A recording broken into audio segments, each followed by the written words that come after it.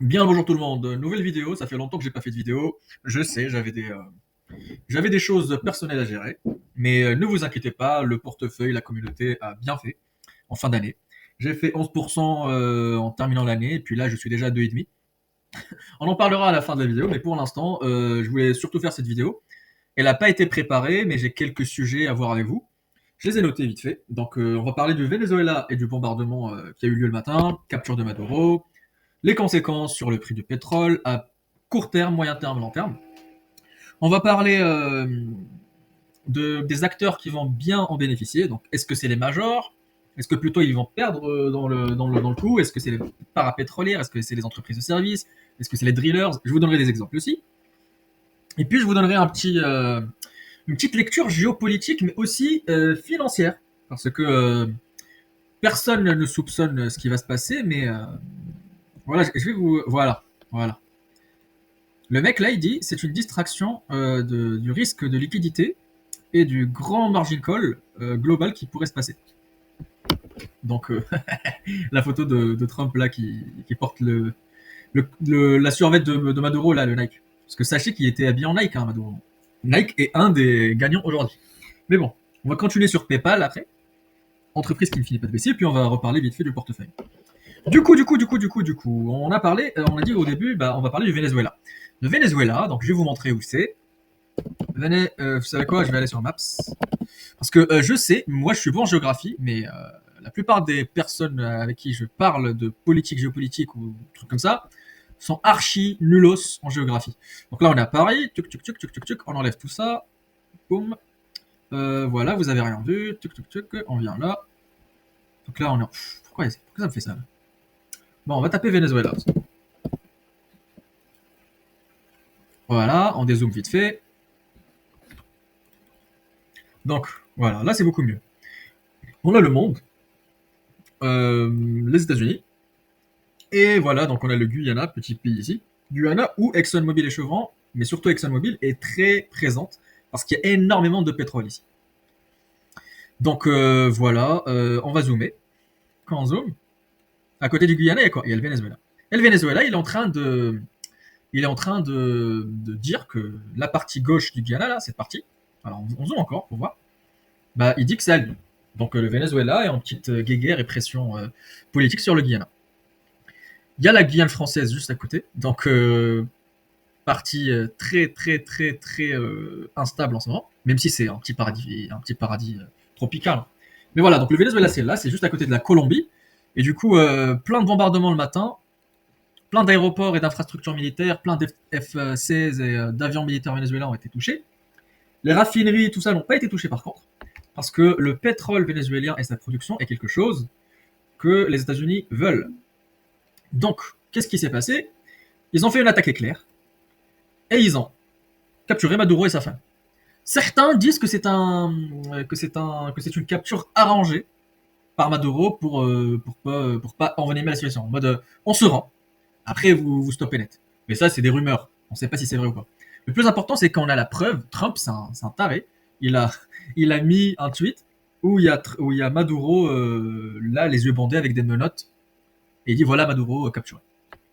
Donc pour le Venezuela, c'est ça. Et dites-vous qu'en 3 heures, en 3 heures, ils ont fini l'opération sur un pays qui est 1,5 fois plus grand que l'Ukraine. J'ai beau critiquer les États-Unis, ils sont chauds. Militairement, ils sont chauds. J'ai rien à dire. Donc, beau pays qu'est le Venezuela. Certes, ils avaient des problèmes. Invasion américaine, ils capturent Maduro. Donc, les répercussions. Trump a dit cash après l'opération qu'ils vont être strongly involved, c'est-à-dire ils vont être très très impliqués dans le retour des grandes pétrolières américaines au Venezuela. Parce que d'après Trump, ils ont été expropriés dans les années 80, 90 ou encore les années 2000. Ce qui est vrai. Mais aussi, il y avait des abus de l'autre côté. C'est des histoires, il faut écouter les deux sons de la cloche. Mais bon, les grandes pétrolières américaines vont revenir sur place. Sauf que là, le Venezuela, il pompe moins d'1 million de barils jour. Et pour augmenter la production de 500 000 barils jour, il faudra 15 à 20 milliards de capex en plus. Et puis à terme, encore plus de capex s'ils veulent aller jusqu'à 3 millions de barils jour ou plus. Chose que le Venezuela peut largement faire vu qu'ils ont les plus grandes réserves du monde. Ils ont 303 milliards de barils. En gros, vraiment beaucoup.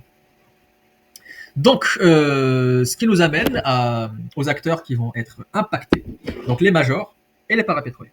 Mais avant de parler de ça, on va parler du prix du pétrole en soi. Parce que sur X, plein de personnes spéculent. Là, par exemple, il y a I expect oil to go down. Les marges de raffinerie pour les mineurs et les marges de minage tout simplement vont augmenter vu que le prix de l'énergie va baisser. Il y a plein de spéculations sur le truc. Par exemple, là, la personne dit ne confondez pas la production à la réserve. Il y a des pays qui produisent beaucoup qui n'ont pas de réserve comme les États-Unis, et il y a des produits qui produisent peu mais qui ont beaucoup de réserves comme le Venezuela. Donc le prix du pétrole, forcément, dans ces cas-là. Regardez, là, c'est une personne que je suis. Il dit que le cours du pétrole, nanana, ils vont avoir 50% du prix de la part du pétrole mondial s'ils prennent le Venezuela alors qu'ils ont déjà le Guyana et tout ce qu'il y a aux États-Unis. Donc le cours du pétrole devrait rester dans un range bas, voire même baisser jusqu'à $50 pour cette personne. C'est son hypothèse. Il faut s'intéresser pour lui aux parapétrolières, on va en parler. Et du coup, au raffinage aussi. Parce que le raffinage, c'est les entreprises qui achètent le brut pas cher et qui le raffinent avec de l'énergie pas chère pour sortir des produits pétroliers ou des produits chimiques ou pétrochimiques qui vendent. Donc, par exemple, le diesel, quand le prix du pétrole baisse, le diesel ne baisse pas autant parce qu'il y a encore la marge de raffinage dedans. Par contre, quand le prix du pétrole baisse, les raffineurs gagnent beaucoup. Mais quand le prix du pétrole monte, le upstream, qui est toute la partie forage et toute la partie extraction, eux, ils gagnent beaucoup, mais les raffineurs, ils gagnent pas beaucoup.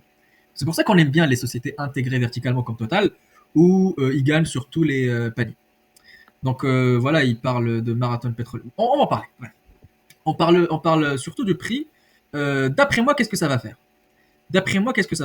Évidemment, tout le monde spécule sur une baisse plutôt forte dès lundi, vu que le marché va anticiper le retour des pétrolières, et le marché va anticiper les investissements, et le marché va anticiper un retour énorme du supply, c'est-à-dire de l'offre de pétrole sur le marché. Donc, ce qui fait automatiquement augmenter l'offre par rapport à la demande, et ce qui va faire abaisser les prix. Ce qui est plutôt bearish à première vue. Ok, sur le coup, on est d'accord. Sauf que, faut bien savoir un truc. Si le prix du pétrole baisse, les pétrolières, elles vont rien gagner dans le truc. Donc, dites-vous, pourquoi Chevron et les autres pétrolières voudront rentrer au Venezuela et voudront dépenser des capex alors qu'elles gagnent déjà pas beaucoup d'argent avec le prix actuel du pétrole pour avoir un prix du pétrole moins cher? C'est logique. Parce que le pétrole, c'est une industrie incroyablement efficace et qui prend en efficacité petit à petit. Donc dites-vous que dans l'avenir, les pétrolières pourront gagner de l'argent à 40 balles le baril, peut-être. Pourquoi pas? Et avec tous les risques géopolitiques, on n'ira jamais à 40 balles le baril, mais regardez, vous êtes Exxon. Le Venezuela est une zone hyper instable géopolitiquement, il y a la guerre civile, c'est instable. Voilà, le président a été capturé par les États-Unis, c'est une zone fragile. Du coup, vous voulez acheter un puits, bien évidemment que vous allez l'acheter très peu cher, parce que il y aura une décote pour le risque. Et du coup, vous achetez un actif pas cher, le rendement sur cet actif, même au prix actuel du pétrole, ou voire moins, sera toujours intéressant. C'est comme si, en immobilier, il y a un mec qui me dit, il y a un appart là, il donne 200 balles de loyer. C'est rien 200 balles de loyer. Mais imaginez, l'appart, il vaut 10 000 balles. 200 balles de loyer fois 12, ça fait 2400. 2400 sur 10 000, ça fait 24% de rendement, c'est beaucoup, c'est énorme. Et du coup, c'est ça qu'il faut voir. Il faut voir le prix des actifs, l'efficacité des opérations qu'ils vont faire sur place, et surtout s'ils ont un soutien et une garantie américaine, et finalement, comment ils vont gérer le partage des risques et le partage des actifs, et les cash flows qui vont s'ajouter à leur chiffre d'affaires du Venezuela. Donc moi je dis que certes le prix peut baisser, mais c'est là où il faut être intelligent. Il ne faut pas acheter la matière première en soi, il ne faut pas acheter le pétrole, il ne faut pas acheter l'or, le pétrole, les silver, tout ce que vous voulez. Moi, je suis partisan d'acheter des entreprises qui exploitent les matières premières. Moi je suis fan par exemple de Total. Total, elle vend du pétrole, elle le raffine, et elle en fait de l'électricité, tout ce que vous voulez. Du coup elle est utile. Le pétrole en tant que liquide, l'achat-revente et spéculation dessus, c'est pas utile. Quand vous achetez une entreprise pétrolière, elle gagne de l'argent quand elle sort le pétrole de terre et elle le vend. Elle gagne de l'argent quand elle le raffine, elle y ajoute une valeur ajoutée. Et elle gagne encore de l'argent quand elle distribue de l'énergie. où elle distribue le pétrole raffiné dans ses stations-service. Et du coup, vous pouvez gagner même quand le pétrole baisse. Quand le pétrole baisse, il y aura la demande pour les marges de pardon, il y aura la demande des raffineurs qui va augmenter. Et du coup, bah, peut-être ça va rééquilibrer, ou il y aura plein de phénomènes. Mais en tout cas, c'est bearish pour le prix du pétrole, peut-être bearish à court terme pour les actions pétrolières vu que ça suit le cours du pétrole, mais sur le moyen terme, il y aura une déconnexion. Il y aura une déconnexion parce que les entreprises pétrolières sauront tirer leur épingle du jeu et gagner de l'argent sur la situation. Mais il y a encore un type d'entreprise qui va gagner encore plus d'argent. C'est les parapétrolières et non pas les pétrolières. Parce que regardez, ExxonMobil, quand elle va revenir au Venezuela, ok, elle a son puits de pétrole ou de gaz à très bas prix vu qu'il y a la décote de risque. D'accord. Elle sait qu'elle va être efficace, donc elle va gagner de l'argent dessus. D'accord. Et du coup, elle va se dire, bah, ok, bah, j'investis. Elle va mettre 15 milliards de capex. Qui va absorber les 15 milliards de capex? Les sociétés parapétrolières. Donc on a du Schlumberger, on a tous les drillers. Enfin, drillers, c'est les entreprises qui sont spécialisées que dans le forage. Donc Noram Drilling, Noble Corp, toutes les entreprises de forage. Et aussi les entreprises d'équipement au forage. Donc une française, j'ai déjà initié une mini position, mais j'attends le dividende de Total qui va être versé lundi pour investir dessus. C'est Valourec. Eh oui, Valourec. Valourec, une entreprise très très peu chère. Donc moi je vous dirai pas communauté, pas communauté pour vous parler des actions, moi je vous parle de tout. Donc Valourec. Bingo. Donc on va mettre bourse. Valourec, bah regardez quelle coïncidence. Le pétrole a baissé vendredi et elle a pris 2%. Pourquoi elle a pris 2% à votre avis? Parce que les sociétés pétrolières avaient le message. Regardez, Schlumberger. Et elle a pris 5%. Vous allez me dire qu'ils n'avaient pas le message. Le pétrole, il a baissé. Hein. Regardez. Trading View. Euh, J'adore faire ces vidéos comme ça, sans préparer. Donc, ouais, on va faire ça. Bim. Allez, connecte-nous vite. Boum, badaboum. Voilà, ça c'est bien ça. Ça c'est bien. Alors, qu'est-ce que je cherche? Je cherche ma liste. Pétrole brut. Moi, je veux l'autre là. Ouais, le 20. Hop, voilà. Alors ça c'est sur, voilà, sur un jour. Sur un jour, il a baissé. Il a bien baissé même pendant un moment. Il a pris voilà, un gros taquet. Sur les 5 derniers jours, baisse, légère hausse, encore baisse à la fin de la semaine.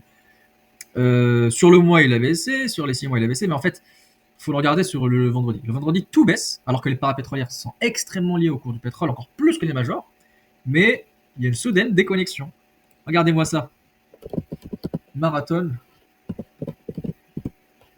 Oil Stock. Marathon Oil. On va être bourse peut-être. Ouais, ça casse la tête. Qu'est-ce que ça nous dit là? Désolé. Instrument inactif. Ouais, c'est quoi cette histoire? C'est plus coté ou quoi?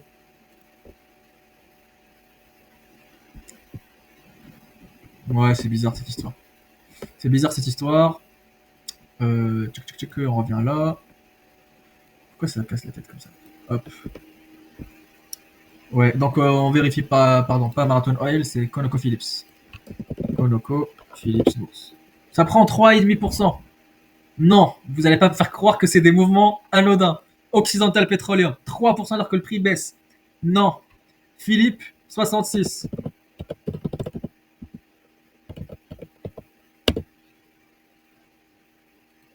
Non, 1%. Chevron, 2,5. Tiens, Shell, 2,5. BP, 3%. Et allez, badaboum.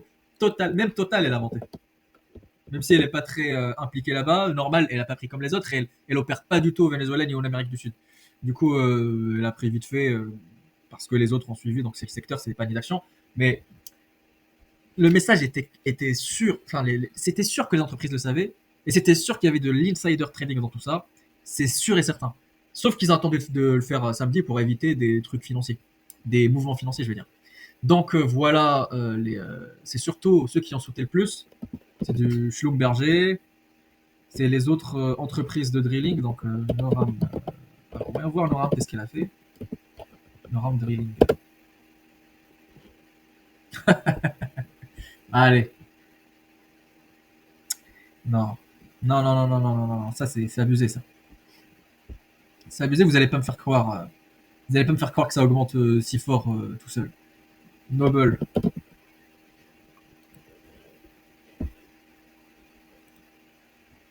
Voyons voir Noble.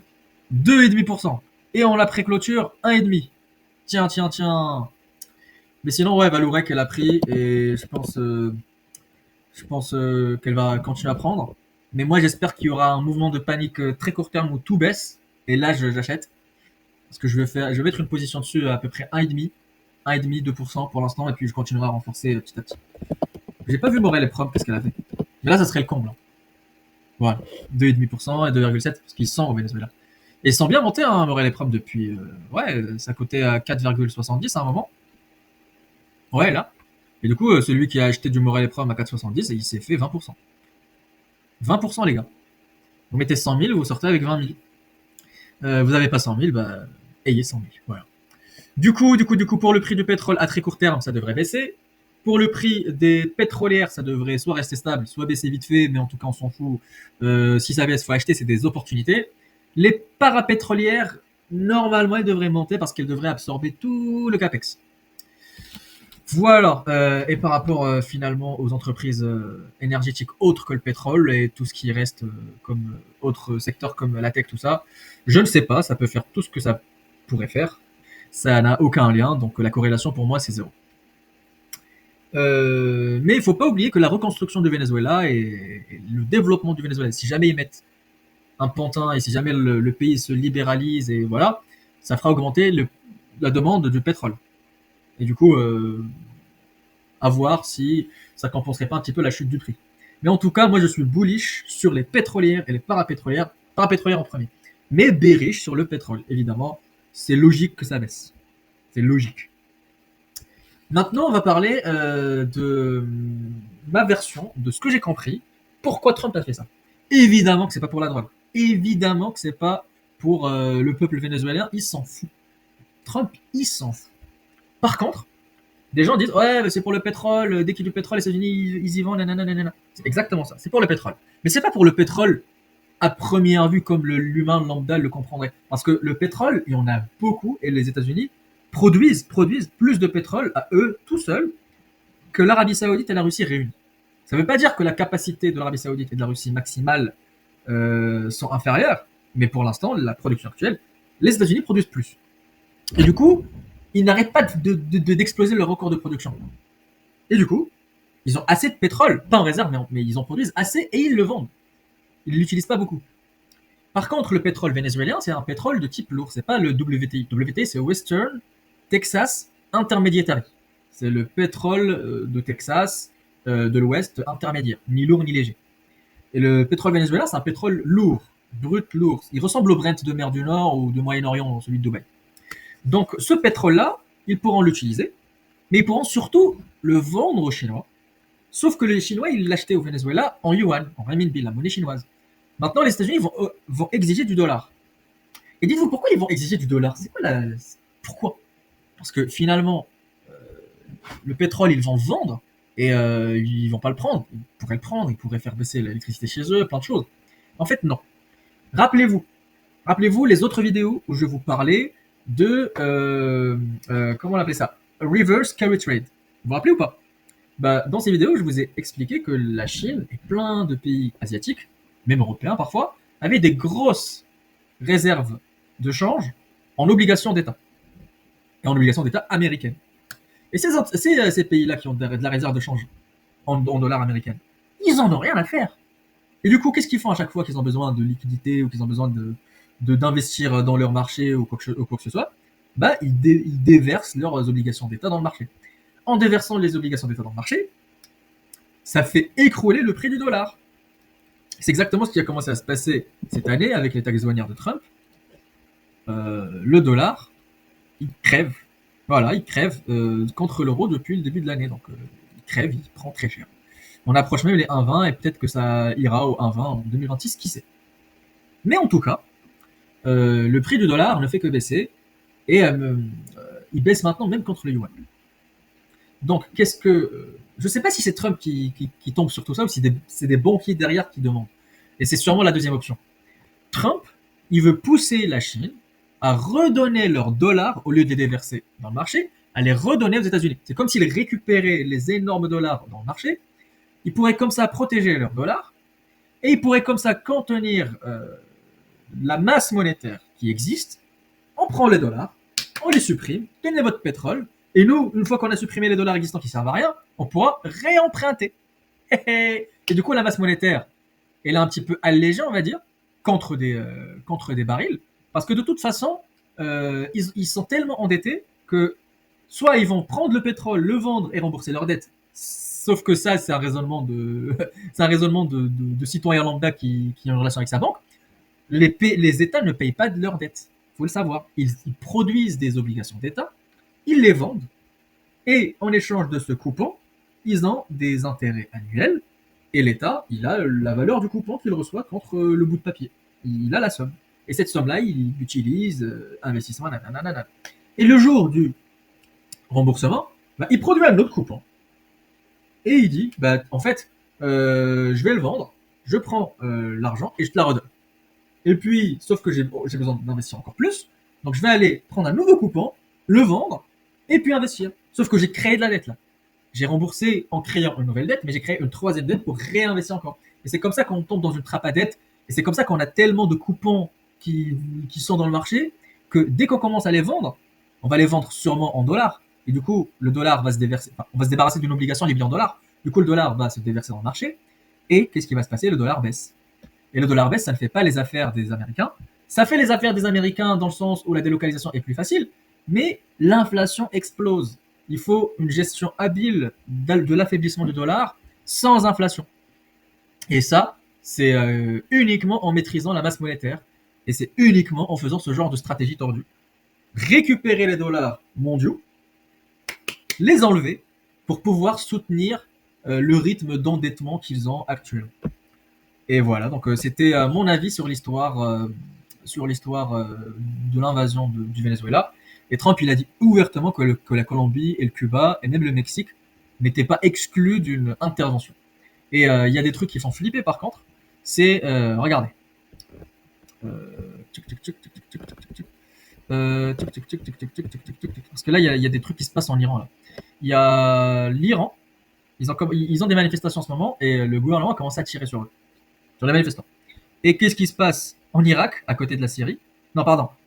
À la Syrie, qu'est-ce qui se passe en Syrie? Bah, la France et l'Angleterre, ils ont commencé à faire des petits bombardements, des bombardements précis guidés. Le 3 janvier. Chose qui commence à s'envenimer, parce que si jamais il y a renversement de l'Iran dans les mois qui suivent, alors là, ça va être la dingue. Ça va être chaotique.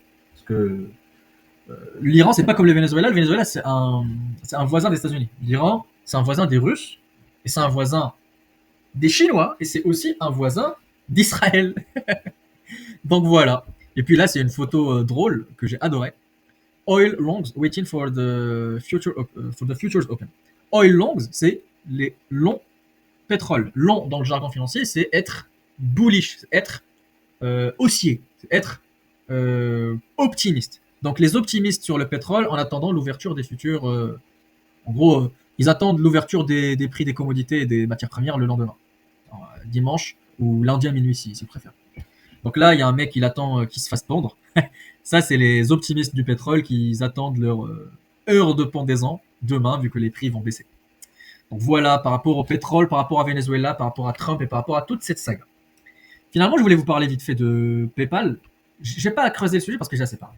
Mais je vais vous parler vite fait de PayPal. PayPal Bourse. C'est une entreprise qui se fait éclater. Éclater. C'est une entreprise qui se fait...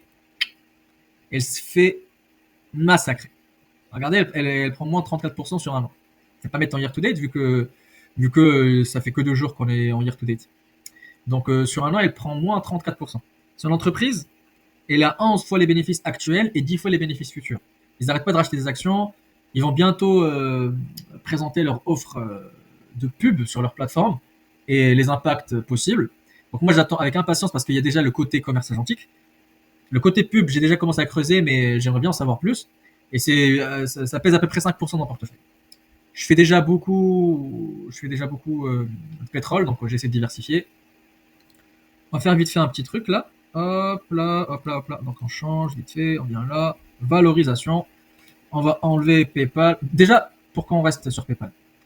On va garder les mêmes hypothèses qu'à la dernière vidéo. On va mettre 6% de croissance. 15 fois les bénéfices. Au prix actuel, on fait 11,5% par an. Regardez. Supposons l'entreprise ne fait pas 6%, elle fait 5%. Même à 5%, on fait 4,5% par an. Franchement, 5%, c'est rien. Avec la dévaluation du dollar aux États-Unis, c'est rien. On gagne quand même de l'argent. Je pense qu'on gagne même de l'argent avec 4,5.